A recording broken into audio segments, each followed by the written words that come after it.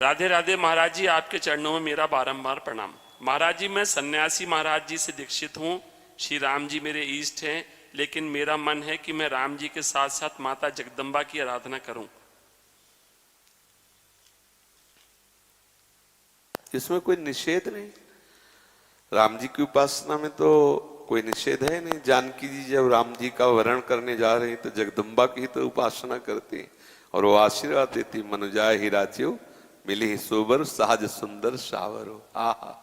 तो और जब गोपी जन सावरे श्याम सुंदर को प्राप्त करना चाहती तो कात्यायनी की उपासना करें। इसमें कोई निषेध तो है नहीं। क्यों, क्या संशय? किनके? हाँ तो अम्मा है, पुकारो अम्मा अम्मा, आ जाएंगे। पाठ का मैं संकल्प भी ले चुका हूँ दुर्गा सप्तशती। वैसे संकल्प संकुल्प से तो नहीं आने वाली। बच्चा जब रो के पुकारता है, माँ तेरे बिना मैं रह नहीं सकता, तो आ जाती है।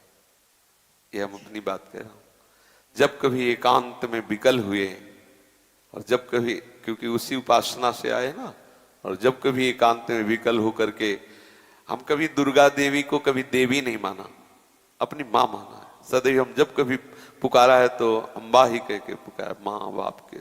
तो हमने दुलार देखा है, उसी समय देखा है माँ का चमत्कार देखा, उसी समय प्यार। अगर देवी को देवी मान के सिद्ध करना चाहे तो बड़े बड़ों के होश उड़ा देगी। अम्बा है। एक बार वो जो महर्षि महेश योगी है ना, पधार गए, हालैंड में रहते थे। तो उनके एक गुरु भाई थे छोटे, तो उन्होंने देवी को सिद्ध करने के लिए पूरी व्यवस्था की और अनुष्ठान किया। देवी के मंत्र का अनुष्ठान किया। मंत्र का अनुष्ठान पूर्ण होने के पहले परीक्षा होती है। तो एक एकांत पूरा महल, उसमें हर व्यवस्था उनकी थी। जे ही उनकी मंत्र की सिद्धावस्था की तरफ पदार्पण हुआ तो देखा एक मक्खी आई ऐसे।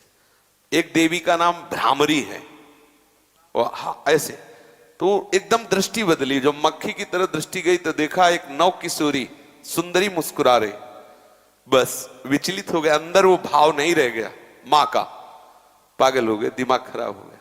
देवी को कोई सिद्ध करना चाहे, जैसे हनुमान जी हैं, आप सियाराम की भक्ति चाहो, वो आपके बिल्कुल प्यार। अगर सोचे कोई हनुमान जी को सिद्ध कर ले तो निश्चित सब, हमने मतलब ये सब बातें देखी है, भ्रमण किए ना, तब सब ये देखा है। आप सियाराम का प्रेम चाहो तो हनुमान जी तुम्हारे बिल्कुल दाहिने खड़े हैं। और अगर हनुमान जी को सिद्ध करना चाहो तो तुम्हारे होश उड़ जाएंगे, नाना याद आ जाएंगे, पक्का बात है। तो ऐसे ही देवी के दर्शन की लालसा हो और देवी को वात्सल्य भाव से पुकारा जाए, क्योंकि जगदम्बा है ना। निश्चित हमने ऐसे एक नहीं सैकड़ों बार ऐसे देखा है कि माँ बिल्कुल साक्षात विराजमान है और एकदम बिगड़ी बात को एक मिनट में संभाल दिया, ऐसा। तो अब हमें अभी परसों चिंतन हो रहा था कि देखो अपने अंशी के समीप भेज दिया। ये जितनी देवी शक्तियां हैं ये सब हमारी लाडली जी के अंश हैं। लाडली जी सबकी अंशी हैं, रोज प्रमाण देखो मिल रहा है। तो अपनी अंशी श्री जी के चरणों में भेज दिया। हम कहीं दूसरी जगह नहीं, जो एक धारा निकल रही थी, जहां से धारा निकली उस धारा ने वहीं पहुंचा दिया। उसका नाम राधा है। जहां से धाराएं प्रकट हो, तो देवी उपासना निंदनीय नहीं है, लेकिन निंदनीय भाव से उपासना निंदनीय। और बोले बकरा चढ़ाना और बोले शराब चढ़ाना, फिर तुम्हारे नाश का कारण बनेगी वही। और माँ है, माँ की गोदी में चरणारविंद में लेटो, देखो कितना उनका दुलार मिलता है। वो अपने आप सही मार्ग, वही समस्त सृष्टि की बुद्धि स्वरूपा है।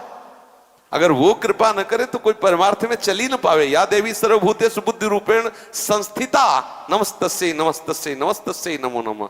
इसलिए आप उपासना करिए, लेकिन संकल्प करके सिद्धि रूप नहीं, माँ रूप। मेरी माँ है, मैं अपनी माँ का चिंतन कर रहा हूं, माँ का यश गा रहा हूं, माँ की प्रसन्नता के लिए, ऐसा।